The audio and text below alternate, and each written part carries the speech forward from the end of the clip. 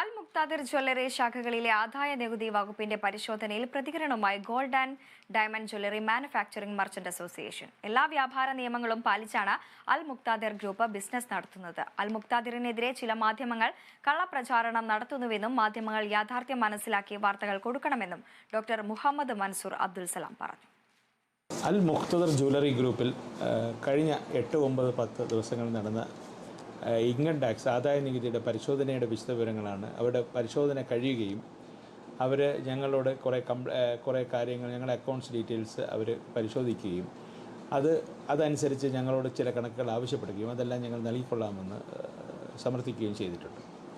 അപ്രകാരം ഒരു income tax raid കഴിഞ്ഞാൽ അതിൻ്റെ സ്വാഭാവികമായ അതിൻ്റെ അക്കൗണ്ട്സ് ക്ലിയർ ചെയ്ത് വരാൻ സമയമെടുക്കും.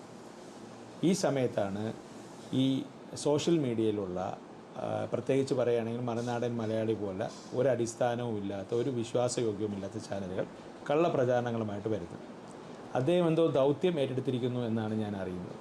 അതുപോലെ തന്നെ ഈ ആൾ Kerala gold and silver merchant association അവർ കള്ളപ്രചാരണം നടത്തുന്നുണ്ട്. അവർ കൊട്ടേഷൻ കൊടുത്തതാണെന്നുള്ളതാണ് ഞങ്ങളുടെ ദൃഢമായ സംശയം. കാര്യം നാസർ കോയിക്കൽ എന്ന് പറയുന്ന അതിൻ്റെ ഒരു ട്രഷറർ നിരന്തരം കള്ളപ്രചരണം നടത്തിക്കൊണ്ടിരിക്കുകയാണ്. അദ്ദേഹം പറയുന്നത് ഞാൻ 2000 കോടി രൂപയും കൊണ്ട് നാട് വിട്ടു എന്നാണ്. രണ്ടാമത് അദ്ദേഹം പറയുന്നത് ഞാൻ ആളുകൾക്ക് സാധനം കൊടുക്കുന്നില്ലെന്ന്. അദ്ദേഹത്തിന് അറിയില്ല 6 വർഷമായിട്ട് ഞങ്ങൾ സാധനം കൊടുത്താണ്, അതായത് വിവാഹ പാർട്ടികൾക്ക് സാധനം നൽകിക്കൊണ്ടാണ്, ആയിരക്കണക്കിന് വെഡ്ഡിംഗ് പാർട്ടികൾക്ക് ആ സാധനം കൊടുത്തുകൊണ്ടാണ് ഞങ്ങളുടെ മുന്നേറ്റം ഉണ്ടായിട്ടുള്ളത്.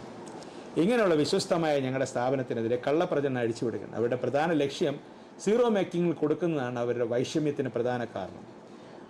ഇന്ത്യ ഗവൺമെൻറ്റിൻ്റെ ഒരു പരിശോധനയ്ക്ക് അവരുടെ ഉദ്യോഗസ്ഥർ വന്നാൽ 100% ഒരു ഇന്ത്യൻ സിറ്റിസൺ എന്ന നിലയിൽ, ഒരു ഭാരതീയൻ എന്ന നിലയിൽ ഞാൻ സഹകരിച്ചുകൊണ്ടേയിരിക്കും.